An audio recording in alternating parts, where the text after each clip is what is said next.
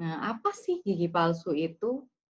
Kan kita lihat ya, gigi palsu itu adalah alat bantu untuk menggantikan gigi yang hilang atau yang cacat. Misalnya kayak di gambar sebelah ini, eee, gigi hilangnya sebenarnya cuma yang bawah, tapi yang atas banyak yang rusak. Nah, kayak gitu. Serta gigi palsu itu digunakan untuk rehabilitasi proses mengunyah, meningkatkan estetika pastinya, dan juga memperbaiki cara bicara. Kalau misalnya kita lihat dari gambar yang di samping ini, kan kita lihat, gimana ya ngunyahnya kalau dia nggak pakai gigi kan nggak bisa gitu. Padahal kan, kayaknya tuh orang itu pasti mikirnya kan, "Ah, cuma gigi aja." Tapi ternyata kalau hilang banyak juga mengganggu ya, mengganggu kehidupan. Jadi nggak bisa ngunyah, gitu. Terus apa, jadi malu, kayak gitu. Gigi palsu tuh ada banyak banget macamnya, tapi biasanya kita kategorikan jadi 2. Jadi 2 yaitu yang lepasan, yaitu yang bisa dilepas pasang sendiri oleh pasiennya, dan gigi palsu yang permanen, itu yang cekat. Jadi yang istilahnya itu dilem.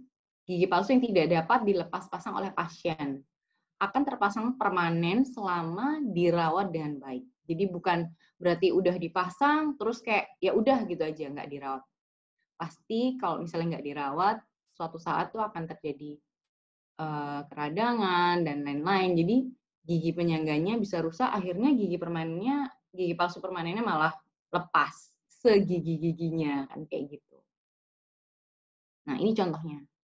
Gigi palsu lepasan, ada yang kawat, yang biasanya kita tahu ya, yang kawat. Terus yang paling umum kalau misalnya gigi palsu, orang pasti kepalanya langsung muncul kayak yang ini, yang gigi palsu semua buat orang tua yang nggak ada giginya.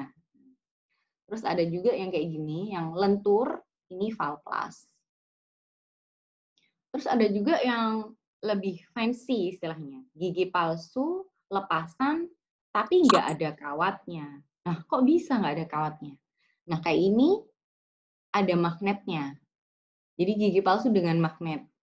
Jadi misalnya ada gigi yang keropos, yang tidak bisa ditambal, tapi akarnya masih bagus, jadi dilakukan perawatan saluran akar dulu, dimatikan, disterilkan, kemudian dipasang magnet di giginya itu tadi, kemudian gigi palsunya dipasang, pasangan magnetnya. Jadi kalau pasang ya udah tinggal ceklek gitu, nempel. Kalau yang ini yang atas ya, yang atas ini gigi palsu lepasan juga, nggak pakai kawat juga, tapi istilahnya itu kayak, apa ya istilahnya itu, kalau orang Jawa bilang selobokan.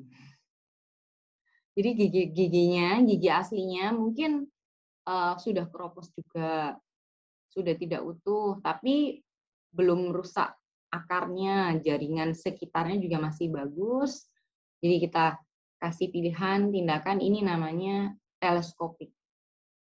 Jadi nggak ada kawat, tapi dia sesek, diselobokkan gitu ke giginya, seperti itu. Terus ada yang permanen, kayak gini, crown atau mahkota.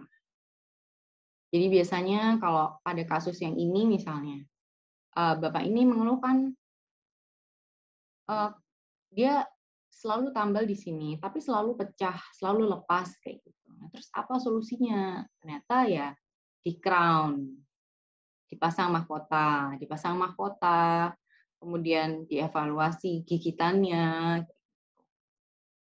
Sebenarnya kayaknya kita lihat simpel aja ya, cuma cuil gitu, cuma gupil. Tapi ternyata gupil sedikit ini tuh bisa mempengaruhi rasa percaya diri.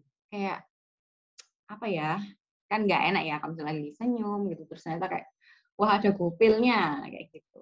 Ternyata juga mempengaruhi rasa percaya diri. Terus ini ada yang namanya jembatan.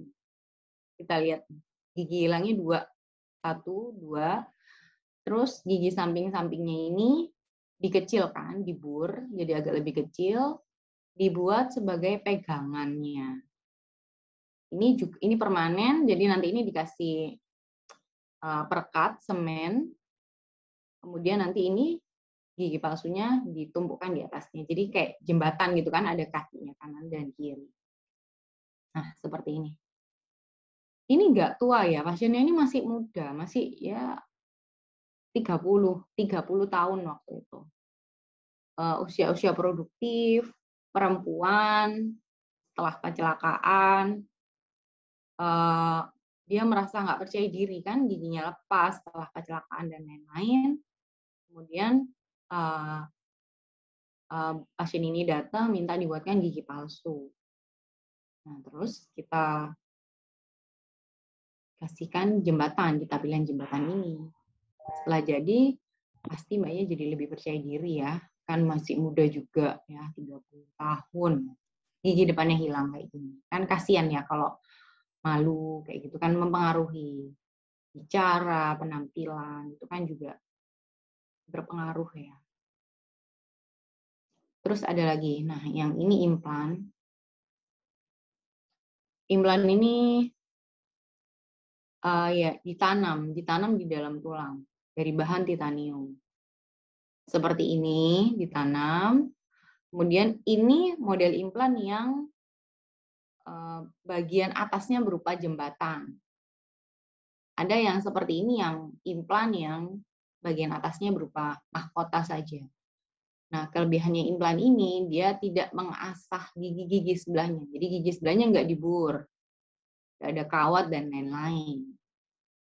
Terus juga kesannya seperti gigi asli, tapi tetap aja harus dirawat dengan baik karena implan ini kan termasuk benda asing ya.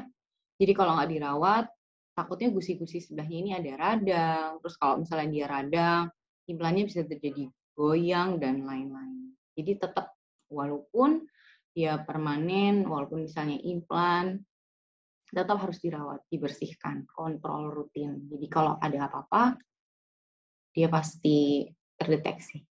Ini juga permanen juga. Yang paling rame di kalangan artis-artis. Veneer. Jadi hanya selapis tipis gigi depan yang dirubah. Tidak semua yang diganti. Jadi contohnya kayak gini. Bapak ini giginya ya dia tidak puas ya dengan giginya, bentuknya, warnanya dan lain-lain. Tapi diapain gitu? Kalau misalnya di crown itu diburnya banyak dari gigi depan, gigi sebelah depan, gigi sebelah belakang, samping kanan kiri seperti itu. Sedangkan yang dia butuhkan tuh mungkin hanya penampilannya biar agak bagus kayak gitu ya. Gimana? Jadi veneer kayak gini. Dikikis sedikit bagian depan, bagian samping sedikit, bagian bawahnya sedikit. Kemudian pasien tinggal menentukan warna, mau menentukan bentuknya seperti apa, seperti itu. Ini permanen juga. Jadi kalau misalnya perawatan veneer harus hati-hati, harus benar-benar dipikirkan matang-matang karena begitu dia nempel, dia sudah nempel. Kalau mau dirubah, benar-benar diburu ulang semuanya. Jadi ini veneer jangan ikut-ikutan tren, benar-benar dipikirkan kalau mau berubah, mau di veneer memang harus dipikirkan matang-matang. Seperti itu. Nah, terus nih, paling pertanyaan-pertanyaan yang biasanya saya dapatkan waktu praktek dari sekolah sampai praktek, sering banget ditanya. Berapa dok harga gigi palsunya? Waduh. Kalau saya ditanya kayak gini paling bingung. Kenapa kok bingung? Karena ada banyak faktor yang menyebabkan harga gigi palsu itu. Pertama, berapa sih giginya yang hilang? Misalnya giginya kayak yang tadi ada yang jembatan, hilang satu. Oh ya, terus jenisnya, jenis gigi tiruannya juga mempengaruhi harga. Dari mana? Misalnya kita pakai gigi palsu kawat itu yang paling simple dan pasti itu yang paling terjangkau seperti itu. Kalau misalnya gigi palsunya mau yang pakai kawat biasa atau bisa jadi ada yang kawat yang dicor gitu bisa, atau bisa juga jembatan, itu pasti harganya berbeda karena jembatan sendiri kan dia bahannya porselen, lebih keras, lebih shiny, lebih tidak dilepas pasang, pasti harganya berbeda. Dari jumlah, jenis gigi tiruannya, terus ada lagi bahan. Nah, itu tadi seperti yang tadi saya jelaskan di poin yang sebelumnya, ada dari bahan akrilik. Dia cukup bagus, tapi ada bahan yang lebih bagus lagi seperti porselen, terus di atas porselen misalnya ada bahan lebih bagus lagi seperti zirconia, macam-macam. Kemudian adanya perawatan-perawatan pendahuluan. Nah, ini kadang itu tidak kadang itu pasien tuh nggak nyadar gitu loh, ternyata. Loh, kok mahal? Oh, ternyata ada perawatan yang harus dilakukan sebelum pembuatan gigi palsunya. Kayak gimana, Dok, misalnya? Nah, kayak misalnya yang tadi, foto yang tadi. Kita lihat kayak gini. Giginya ini ada yang lubang, kemudian ini ada jembatan yang lama, ini ada giginya yang keropos, ini ada mahkotanya, seperti itu. Kan otomatis pasti kita rawat dulu, kita tambal dulu semuanya, kita cek dulu ini crown-nya masih bagus atau tidak, goyang atau tidak giginya. Ini giginya radang atau tidak akarnya, apakah masih bisa diselamatkan? Nah, kayak gini, jembatannya gimana nih, goyang apa enggak? Ternyata ini waktu itu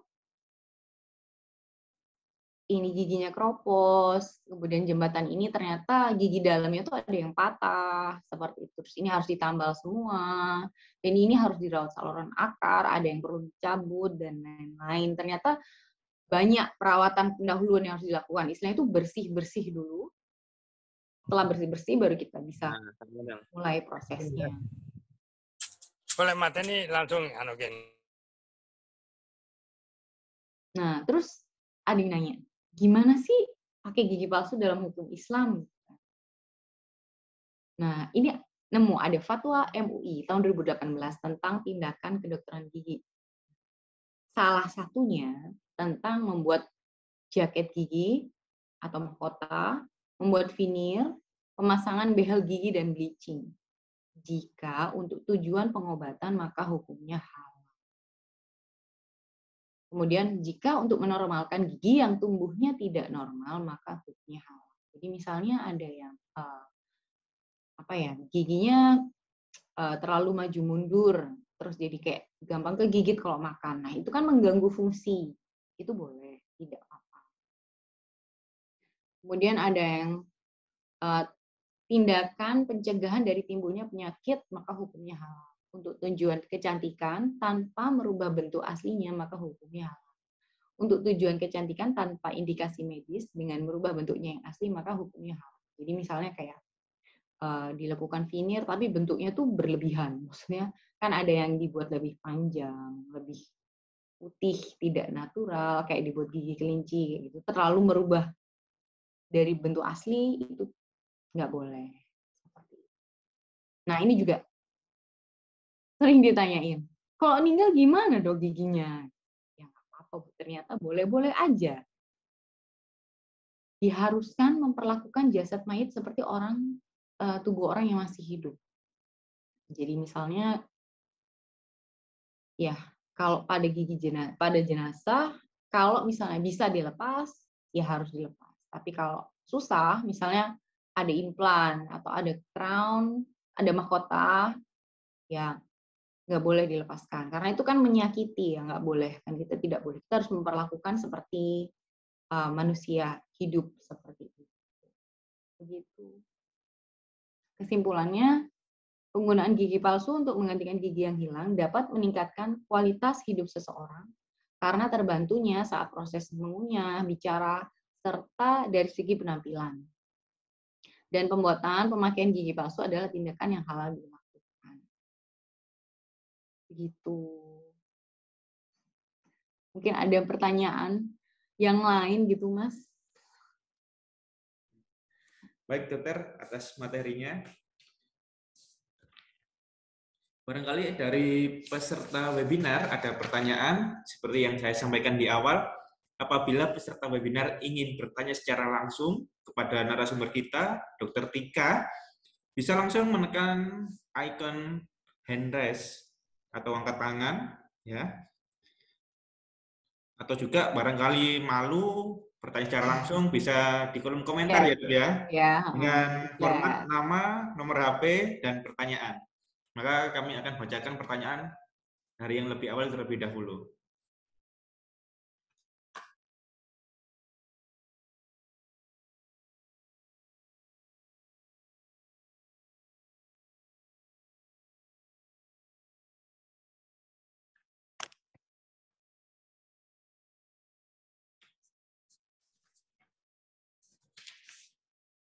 Gimana? Kalau Mas Bagas sendiri gimana? Mas Bagas ada Oh pertanyaan-pertanyaan iya, Dok. gitu? Baik, Dok. Kalau saya nunggu dari teman-teman peserta dulu aja, Dok. Ini ada satu pertanyaan, Dokter. Dari Berapa lama evaluasi gigi palsu setelah pemasangan? Nah, harusnya berkala ya kalau pemasangan, setelah pemasangan. Pastinya biasanya setelah pemasangan itu seminggu setelahnya. Jadi setelah seminggu pemakaian, dievaluasi gimana rasanya setelah pakai. Apa ada keluhan, ada kemerahan di gusinya. Karena biasanya kalau pakai gigi palsu yang lepasan, yang dari bahan akrilik, kalau sebelumnya belum pernah pakai, baru pakai, itu biasanya merah. Jadi 3 hari itu biasanya merah. Terus biasanya kontrol lagi ya antara 3 hari, seminggu itu kalau pasien baru. Tapi kalau sebelumnya sudah pernah pakai, terus ganti seminggu, terus 6 bulan, kayak gitu. Setiap 6 bulan lah minimal. Kan kadang itu nggak sadar ya, pasien itu nggak sadar kalau pas datang, loh Bu ini ternyata kawatnya patah, jadi ternyata kawatnya sudah hilang, nggak tahu kayak gitu. Jadi untuk meminimalisir kayak misalnya ada rusak-rusak yang nggak tahu, nah itu disarankan setelah kontrol yang 7 hari itu tadi, 6 bulan berikutnya kontrol. Setiap 6 bulan minimal sekali. Seperti itu. Bagaimana Kak Muhammad Reza? Sudah puas dengan jawabannya? Ya, terima kasih. Sama-sama Kak Muhammad Reza. Baik, barangkali ada pertanyaan lagi dari teman-teman peserta webinar lainnya. Silahkan. Sambil menunggu pertanyaan dari peserta webinar ini, Dok, saya juga ada pertanyaan.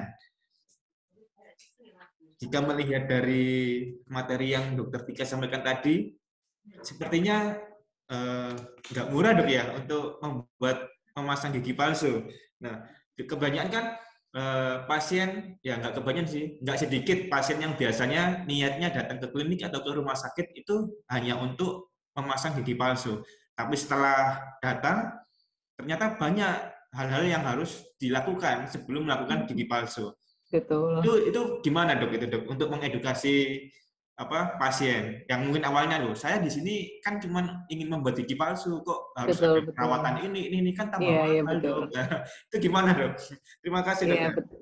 Itu sering banget kayak, hah harus kayak gini gitu. Terus ternyata hasilnya jadi banyak. Makanya tadi yang banyak pertanyaan berapa harga gigi palsunya, dan salah satu yang paling bawah yang bikin kaget tuh perawatan pendahuluannya.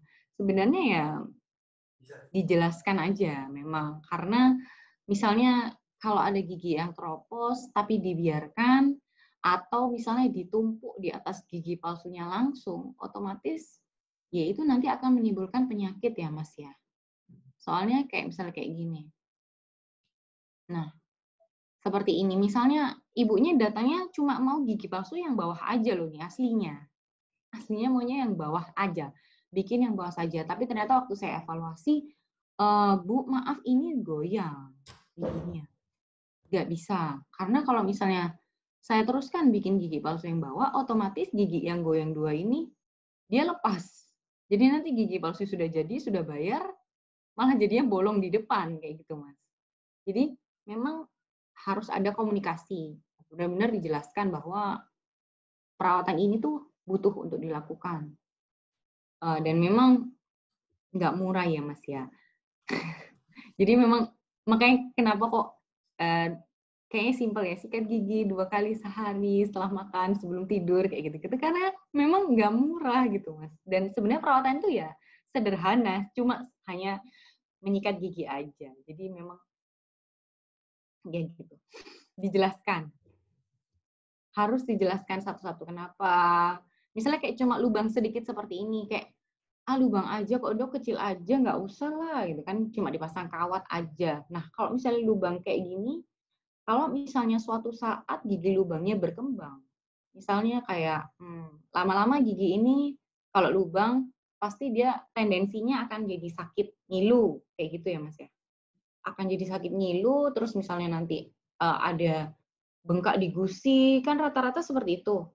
Nah, terus misalnya yang dicantolin kawat giginya, dia nanahan, goyang, lepas, jadinya malah gigi palsunya nggak bisa dipakai. Malah nambah biaya lagi, kayak apa ya? Jadi kayak beberapa kali kerja seperti itu. Karena gigi palsu sendiri itu karena dia itu benda asing ya, bukan gigi asli. Jadi otomatis dia harus istilahnya sebersih mungkin lingkungannya. Karena ini kan buatan manusia nih benda. Jadi benda ditaruh di dalam mulut dan lain-lain. Kalau misalnya dia benda buatan ini, lingkungannya bersih, otomatis juga akan mempengaruhi ketahanan dari gigi palsu ini, kayak gitu. Baik dokter, terima kasih atas jawabannya. Ini ada pertanyaan lagi dokter dari S ya, anonim, nggak ada namanya. Apakah ada pantangan jika ingin pasang gigi palsu? Pantangan jika ingin pasang gigi palsu. Sebenarnya kalau dalam artian pasiennya sehat, bisa buka mulut, sadar, dan lain-lain sih tidak ada. Tidak ada pantangan. Kecuali misalnya memang pasiennya yang benar-benar nggak bisa bergerak gitu ya Mas ya, yang benar-benar sakit banget gitu ya. Kalau misalnya yang kayak kita-kita gini, atau misalnya nenek kakek, misalnya walaupun sudah tua, saya pernah punya pasien umurnya 98 tahun. Benar-benar 98 tahun. Beliaunya itu pingin dibuatkan gigi palsu karena ingin bisa makan. Jadi selama masih bisa gerak, bisa untuk makan, bisa untuk fungsi, nggak apa-apa, nggak ada pantangan. Biasanya yang enggak ya, kalau memang dia nggak bisa buka mulut, kan ada yang misalnya terlalu tua, nggak bisa buka mulut, atau terlalu sakit kondisinya, nggak bisa. Karena kan proses pembuatan gigi palsu ini kan beberapa kali datang.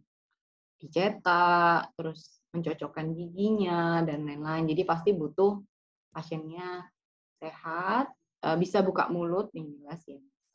Seperti itu. Baik dokter, gimana Kak S? Apakah ada sanggahan atau mungkin pertanyaan lanjutan atau bahkan sudah puas dengan jawabannya? Oh ini ada lanjutannya dokter. Setelah pasang gigi palsu, apakah mengkonsumsi kekerasan makanan juga harus diperhatikan? Oh mungkin Oh iya, maksudnya jelas. keras mungkin dok ya. Baik dokter. Benar ini, benar. Betul, betul. Ini memang harus diperhatikan. Jadi biasanya kalau pasang gigi palsu, terutama yang lepasan, yang kayak gini, yang ada kawatnya, atau yang full, yang seperti ini.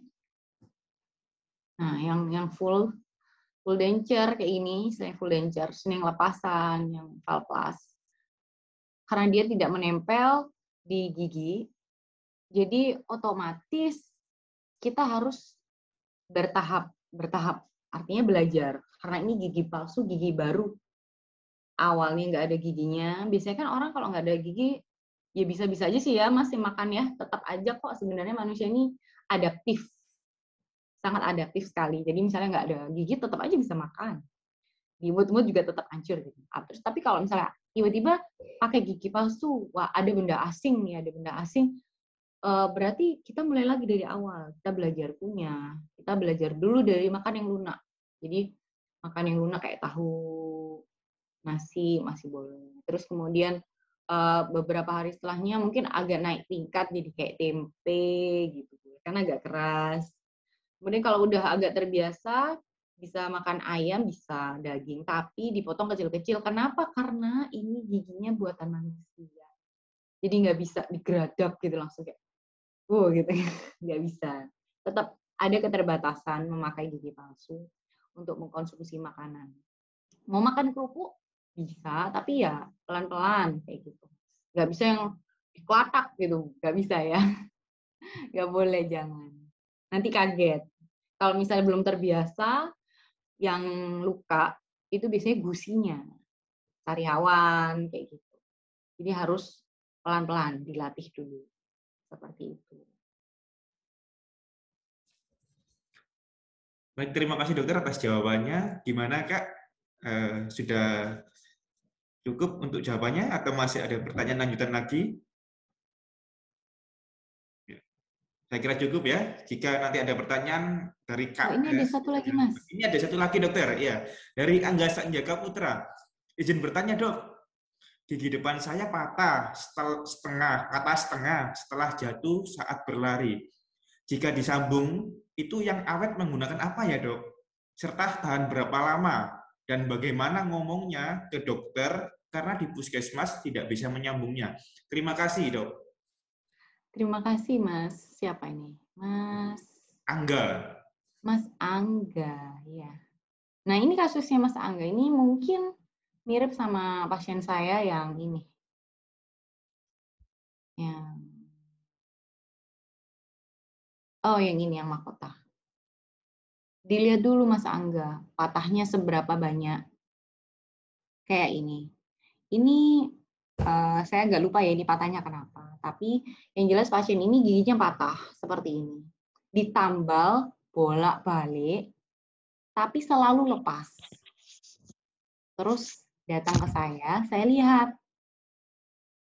Saya lihat waktu dia menggigit, waktu dia digeser ke kanan dan ke kiri, oh ternyata giginya ini yang samping-samping ini aus, habis. Jadi walaupun 1000 kali ditempel, pasti lepas. Seperti itu. Jadi di kasusnya pasien ini dibikinkan crown dan dirubah bentuk giginya. Jadi masalahnya satu, solusinya ternyata ada 1, 2, 3, 4, dan ditambal beberapa gigi yang di bagian bawah. Hanya untuk mempertahankan tambal gigi yang depan. Jadi merubah bentuk giginya agar waktu dia gigit, waktu dia kunyah ke kanan dan ke kiri, gigi depannya nggak kelibes gitu kan. Kan maksudnya kan kelibes gitu loh. Kan dia ketatap gitu kan gigi bawah. Saya campur-campur bahasa Jawa, nggak apa-apa ya Mas ya. Nah seperti itu. Jadi memang harus dievaluasi Mas. Kayak gini nggak bisa dibilang bagusnya disambung dengan bahan apa yang awet, karena yang awet adalah jika lingkungan giginya ini, semua keadaan giginya ini mendukung bentuknya untuk tambalan ini jadi awet. Seperti itu. Harus dievaluasi benar-benar. Nggak bisa kayak cuma pertanyaan gitu kan, saya tidak tahu apakah giginya hilang segini atau lebih pendek lagi, atau misalnya kayak giginya aus, apa ada kebiasaan-kebiasaan di malam hari yang kayak kerokot-kerokot seperti itu. Ya kalau misalnya mau di puskesmas atau misalnya ke dokter bilang, dok saya mau gigi saya yang depan diperbaiki, kayak gitu aja sih sebenarnya. Nanti kalau dokternya ngerti ya nanti dia evaluasi dan dia menjelaskan apa yang harus diperbaiki. Kalau Mas ini, pasien saya ini banyak banget yang diperbaiki. Ini crown, crown, kemudian ditambal gigi bawahnya juga. Ini ditambalnya kurang lebih 6-7 gigi. 1, 2, 3, 4, 8 gigi kurang lebih yang ditambal untuk merubah bentuk giginya. Biar gigi yang depan ini tidak lepas lagi, tidak patah. Seperti itu. Jadi itu kayak sebenarnya itu mengagetkan ya, kayak yang seperti yang tadi aku bilang, perawatan pendahuluan, maunya kayak Mas Bagas tadi ceritakan, maunya bikin gigi palsu ini, tapi ternyata kok nambah-nambah yang lain. Tapi setelah saya jelaskan sama pasiennya bahwa ini loh keadaannya seperti ini. Saya pasang di alat peraga mulut. Jadi saya goyangkan ke kanan kiri, giginya ternyata natap. Saya videokan video masnya waktu sedang gigit geser kanan kiri, saya jelaskan ini loh mas, kalau ini giginya tidak dirubah, yang bawah dan yang atas, yang depan pasti lepas. Nah kalau dijelaskan dengan video, pasiennya melihat, mengerti kenapa alasan saya melakukan banyak perubahan hanya untuk memperbaiki satu masalah gigi di depan, pasti bisa dimengerti seperti itu. Gitu Mas Angga. Gimana Mas Angga? Sudah puas dengan jawabannya? Ini ada pertanyaan lanjutan lagi, dokter. Dari peserta yang tadi. Dokter, izin bertanya lagi. Apakah kalau pasang gigi palsu sama seperti pasang kawat gigi yang awal-awal setelah pemasangan tidak bisa makan seperti biasa? Misal harus makan bubur dahulu. Ya, Dokter. ini tergantung giginya juga sih. Kalau misalnya kalau giginya yang seperti ini, yang kayak gini, yang banyak gigi hilang semua total, biasanya saya sarankan makan bubur dulu 1 hari atau nasi lunak lah, paling nggak nasi lunak gitu, nasi lembek, biar nggak kaget. Kenapa? Karena gigi palsu yang seperti lepasan ini dia kan langsung duduk di atasnya gusi ya Mas ya. Duduk di atasnya gusi dan ini kan keras nih bahannya. Kalau misalnya bayangin gusinya itu kayak ditekan-tekan terus semuanya. Nah, sama makanan kan kaget kalau misalnya langsung kena keras, jadi tuh gusinya tuh kayak ditekan-tekan. Nah, sakit kalau misalnya langsung keras. Jadi memang harus dilatih dulu, dibiasakan dulu makan makanan lunak dulu. Bertahap, lunak, kemudian nasi biasa, kemudian agak padat. Terus kalau misalnya dibuat ngunyah, ya dipotong kecil-kecil dulu, seperti itu. Tapi lama-lama tetap bisa makan seperti biasa, karena ya seperti yang saya bilang tadi, manusia itu paling adaptif, pasti bisa, insya Allah. Gitu. Baik dokter, terima kasih atas jawabannya. Oh ini ada pertanyaan lagi dokter. Pertanyaan lanjutan. Ini sepertinya Iya. sering suka bertanya nih dokter. Iya, nggak apa-apa, bagus Mas. Apakah ada efek samping pemasangan gigi palsu dokter? Oh ya dokter, saya mau menambahkan juga dokter, mumpung pertanyaan saya juga kurang lebih sama dengan Mbak atau Mas S ini. Kan gigi palsu itu barang dari luar tubuh ya dokter ya? Dari luar tubuh yang dimasukkan ke dalam tubuh. Nah, apakah setelah pemasangan itu ada efek sampingnya dokter? Mungkin tubuh gusi atau organ lainnya di dalam mulut ini menolak atau bagaimana dokter? Atau bahkan mungkin setelah pemasangan gigi palsu itu ada efek sampingnya seperti kayak bengkak atau dan lainnya seperti itu dokter. Biasanya rata-rata itu merah Mas gusinya. Kalau gigi palsu, yang akrilik lepasan seperti ini. Karena ini benda asing kan, dan dibuat mengunyah, seperti yang aku bilang tadi kan, ditekan-tekan biasanya merah, panas. Ada yang biasanya tuh 1 hari itu rasanya tuh kayak ada yang kerasa panas. Biasanya yang paling sering selalu terjadi tuh merah, sariawan, kayak gitu. Itu tapi biasanya awal-awal. Kemudian tiba-tiba salivanya banyak, air liurnya jadi banyak banget, tiba-tiba kayak jadi ngiler gitu loh, seharian kayak, kenapa ini kok ngiler seharian? Ternyata karena ada benda asing ini nempel, baru di dalam mulut, kayak gitu. Terus misalnya kalau bengkak, itu bisa juga, misalnya kayak implan, ini rawan banget untuk terjadi kebengkakan, karena dia kan tindakan operasi ya, walaupun operasi minor, dia tetap ada resiko. Nah, kayak gini. Kan kita lihat dari sini.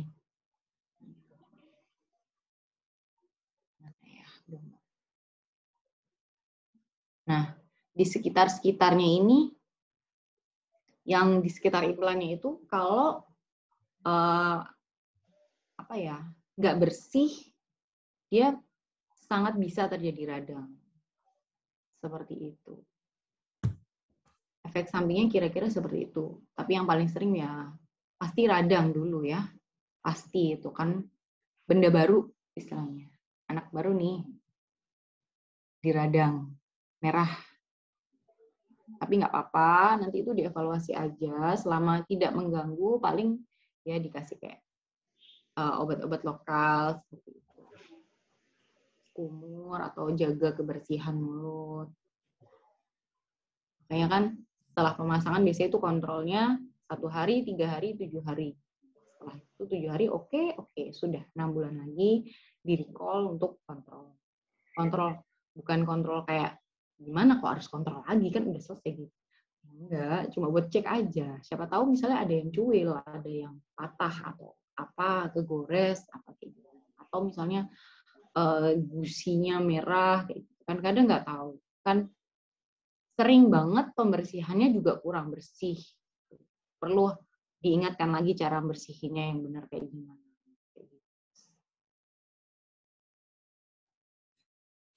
Pak Jigar, terima kasih atas jawabannya. Ini karena masih belum ada pertanyaan, saya ingin bertanya lagi, dokter. Ini setelah ini pertanyaan terakhir, bertanya tentang efek samping setelah pemasangan gigi palsu, saya ingin bertanya, dokter, bagaimana jika memang setelah pemasangan gigi palsu itu ada efek samping, bagaimana cara mengatasi efek sampingnya itu, dokter? Mungkin tindakan awal di rumah sebelum dibawa ke fasilitas kesehatan terdekat seperti klinik maupun rumah sakit. Jadi biar ketika dalam perjalanan masih bisa menahan atau mengatasi sendiri efek samping tersebut, dokter. Terima kasih, dokter. Biasanya kalau efek samping ini pasti saya jelaskan di awal, Mas. Jadi pada saat hari pertama perawatan, hari pertama pemasangan, hari pemasangannya, saya jelaskan. Biasanya efek samping hari pertama seperti apa, terus antisipasinya apa harus kumur air garam hangat, atau misalnya kumur dengan obat apa, dan lain-lain, seperti itu. Jadi, saya jelaskan, kemungkinan ini akan terjadi sariawan, kemungkinan ini akan terjadi merah, kemudian macam-macam. Jadi saya jelaskan berbagai macam efek sampingnya setelah pemakaian. Jadi pasien itu kira-kira ada gambaran dan udah siap, oh besok gimana kayak gitu. Jadi kalau misalnya ada sariawan, pasien udah, oh iya sih bener, ini ada sariawan, kemarin dokternya udah bilang nih ada sariawan. Kayak gitu. Jadi misalnya sudah, saya bilang misalnya nggak disponsori ya Mas, cuma misalnya kayak dikasih Aloclair kayak gitu. Siap-siap Aloclair Bu. Jadi kalau misalnya sariawan disemprot Aloclair seperti itu. Gitu Mas. Jadi nggak yang kaget gimana, karena waktu hari pemasangan pasti saya bilang bahwa ini ada resiko seperti ini, Ibu harus siapkan seperti ini. Dan kontrolnya juga hari pertama setelah pemasangan, hari ketiga, dan hari ketujuh. Jadi istilahnya itu kayak dievaluasi dulu awal-awalnya. Dan pastinya sudah dijelaskan dulu apa aja komplikasinya yang akan terjadi, efek sampingnya, kayak gitu.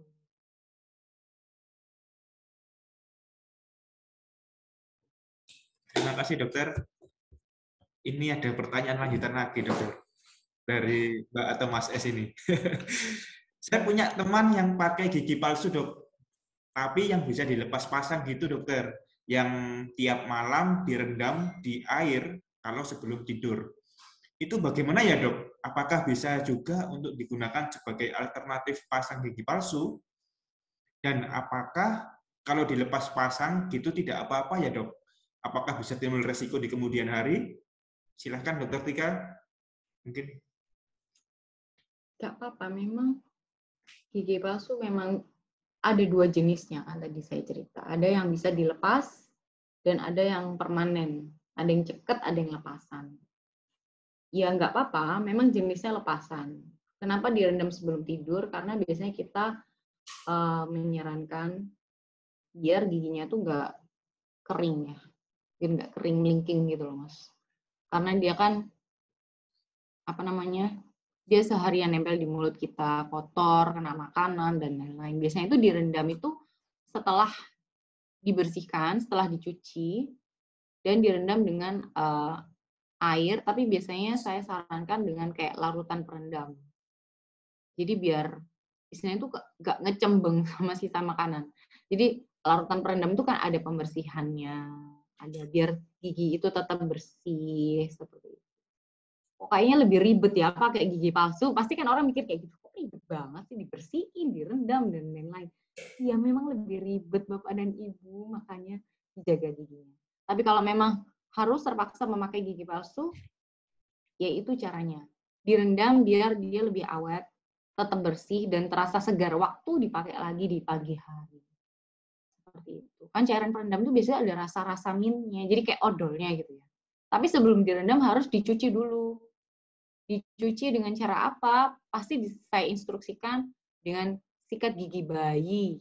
Jangan pakai sikat gigi dewasa. Dan jangan pakai odol.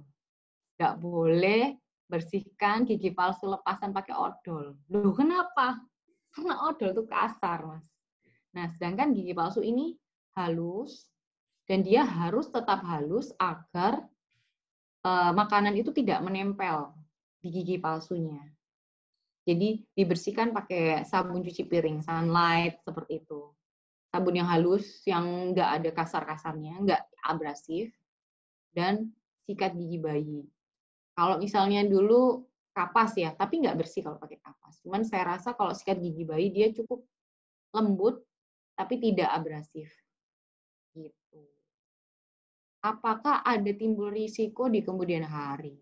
Resiko ini mungkin bisa terjadi kalau misalnya giginya patah, tapi nggak kontrol. Jadi, atau misalnya giginya terlalu pendek desainnya, seperti itu. Ya tetap bisa aja mungkin timbul risiko, tapi selama mengikuti prosedur, insya Allah bisa diminimalisir lah risiko-risiko ini. Jadi istilahnya itu kayak ketahuan dulu sebelum kejadian kayak gitu.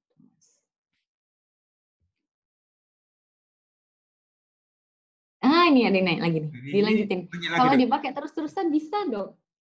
Bisa aja dipakai terusan, tapi nanti jadi bau banget loh. Benar. Jadi bau dan gusinya merah. Karena gusi ini kan perlu bernafas. Kalau misalnya Mas Bagas ya sama saya, pasti kan kita nggak ngerasa ya kayak ya udah sih gitu biasa aja, nggak ada pikiran kayak udah nggak usah dilepas gitu ya, males gitu ya. Karena kita nggak ngerasa Mas, kan kita giginya masih utuh-utuh aja. Tapi kalau misalnya memang udah giginya pakai gigi palsu dan pakai kan itu ditutup ya gusinya itu, sumuk istilahnya. Kalau dipakai terus ya bisa, tapi kan jadinya lembab, sumuk gitu, terus kotorannya juga terjebak di dalam. Gusi pun walaupun nggak ada giginya tetap harus dibersihkan. Ternyata gusi juga harus dibersihkan juga, Mas. Jadi pakai kasa dilap kayak bayi gitu ya jadinya kita. Dibersihin gusinya. Atau misalnya pakai sikat gigi yang biasa dipakai itu cukup lembut ya disikat juga. Tapi biasanya kalau udah terlalu banyak gusi yang terbuka, pakai sikat gigi bayi atau pakai kasa seperti itu. Harus dibersihkan. Gusinya dibersihkan, gigi palsunya dibersihkan. Setelah itu gigi palsunya direndam air rendaman. Dengan air rendaman itu dikasih perendam gigi palsu. Gitu. Terus misalnya kayak tadi saya bilang kontrol setiap 6 bulan. Nanti di 6 bulan tuh dilihat gigi palsunya, biasanya itu awal-awal hari-hari pertama pasti masih kinclong ya, masih mengkilap. Lama-lama dia jadi kusem, kayak jadi less shiny gitu, jadi nggak mengkilap lagi. Nah itu dipoles ulang. Apa sih pentingnya dipoles ulang? Karena dia gigi palsu, dia dipoles ulang biar mengkilap, biar nggak ada kotoran yang nempel, biar nggak ada waktu kita makan biar sisa makanan itu nggak nempel. Jadi waktu kita bersihin, ya dia bersih, nggak masuk sampai ke micropore-nya, nggak masuk sampai ke sela-sela. Kalau dia udah kayak doll gitu, udah less shiny, udah apa, nggak mengkilap, nggak pernah kontrol, nanti lama-lama giginya mesti bau. Kenapa kok bau? Karena dari micropore tadi, dari gigi palsu yang tergesek-gesek tadi, itu sisa makanannya akan nempel. Nah, sisa makanan itu makanan biasa aja yang kita makan. Kalau kita taruh di luar kulkas berhari-hari kan pasti basi ya, Mas ya. Bau. Bayangkan itu yang nempel di dalam mulut kita.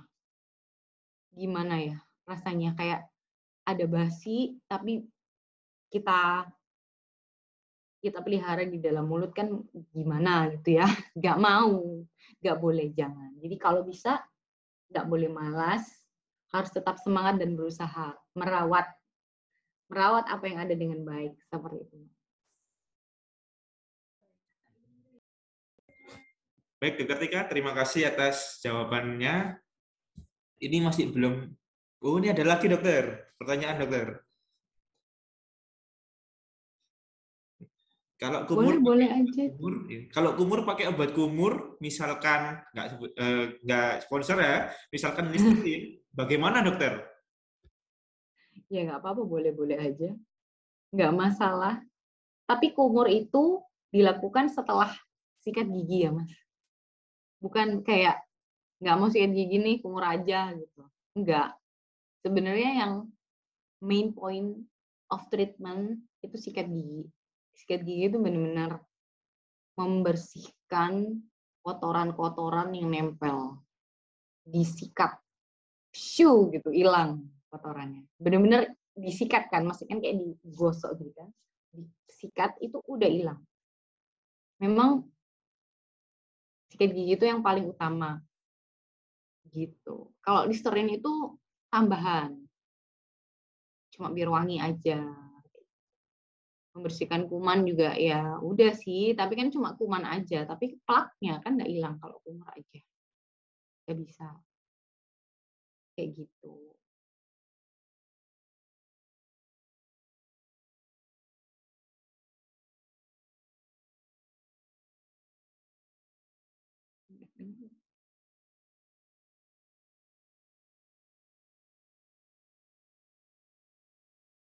Bisa loh ini.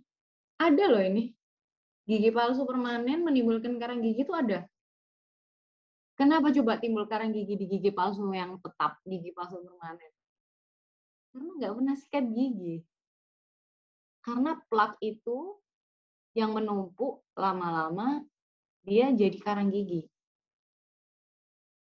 Dan emang ada orang yang cenderung banyak karang giginya. Selalu istilahnya itu kayak tumbuhnya itu cepat. Jadi kayak dalam waktu 6 bulan dia udah numpuk kayak gitu. Ada yang seperti itu. Itu artinya ya nggak bersih aja bersihinnya. Bisa-bisa aja. Ini karang gigi ini yang paling jahat nih, karang gigi. Kalau bisa ya, kalau bisa karang gigi itu kalau begitu nemu harus dibersihin karang giginya. Karena karang gigi itu yang paling jahat banget, serius. Paling jahat banget. Kenapa sih kok jahat banget? Kayaknya cuma karang gigi aja gitu ya. Karena karang gigi itu dia itu menggerogoti tulang.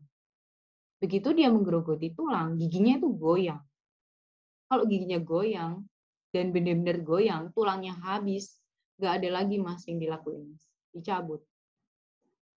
Kalau misalnya mau di bone graft, mau ditanam tulang, itu pun tidak bisa maksimal karena ya tanam tulang mau nambah berapa banyak sih, nggak banyak.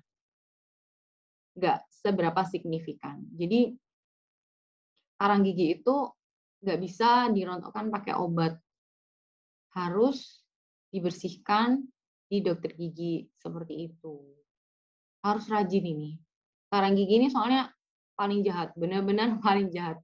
Pasien saya giginya bagus, nggak ada lubang, tapi karang giginya banyak. Begitu dibersihkan, ternyata goyang semua dan tidak bisa dipertahankan. Diambil semua.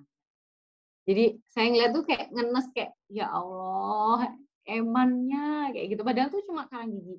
Padahal kalau kita lihat kan ya udah sih cuma bersihin karang gigi aja. Tapi karang gigi ini yang paling jahat sih menurut saya, kayak diem-diem tiba-tiba rontok aja tulangnya. Kan digigit grogoti kan tulang. Pasti kalau kalau udah lama nggak bersihin karang gigi ya, tapi belum yang severe banget, belum parah banget, tapi begitu dibersihin pasti gusinya turun. Nah, itu tandanya bahwa tulangnya dia sudah dimakan sama karang giginya. Kena radang dari karang giginya. Karena karang gigi itu kan menimbulkan radang ya, radang di gusi, radang di tulang, dan dia tuh menetap di situ. Selama dia nggak bersih kan dia akan tetap aja di situ, menimbulkan keradangan. Nah, keradangan yang berlarut-larut, kalau tidak dibersihkan, nggak di scaling, ya pasti tulangnya habis. Kayak gitu. Nggak bisa ya Bu, pakai obat, harus di scaling.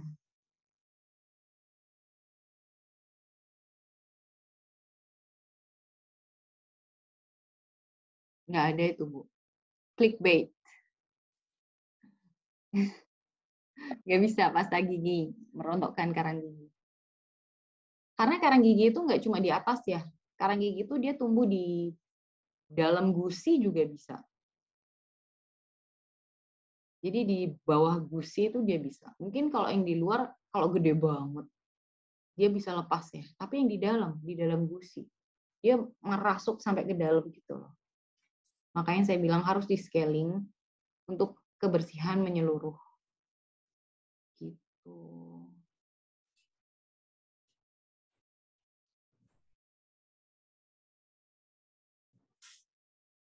Terima kasih dokter. Sama Ibu, ya, Bapak jawabannya. S.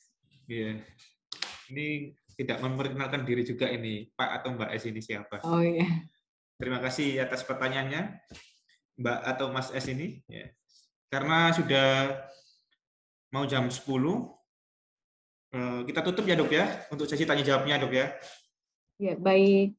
Baik dokter, memang pemasangan gigi palsu ini banyak manfaatnya ya dok ya, daripada mudaratnya. Bahkan bagi seorang muslim sendiri yang beragama Islam tidak ada larangan dan halal ya dok ya untuk dipasang. Halal boleh, alhamdulillah. Ya, alhamdulillah. Dan apabila teman-teman atau Bapak Ibu peserta webinar ingin memasang gigi palsu, bisa datang ke klinik ya dok ya, menemui Dokter Tika. Boleh konsultasi dulu, tanya-tanya dulu boleh. Iya. Masih tanya-tanya dulu boleh dok ya? Boleh, boleh. Misal, harus tanya-tanya dulu Mas. Iya. Nanti kalau nggak tanya-tanya dulu nanti kaget. Iya. Misal gitu kan, nih, ya, bisa klinik, ya, bisa datang ke klinik menemui Dokter Tika. Baik dokter, terima kasih atas materinya. Rekan-rekan, Bapak Ibu yang berbahagia, alhamdulillah rangkaian webinar pada pagi hari ini terlaksana dengan baik dan lancar.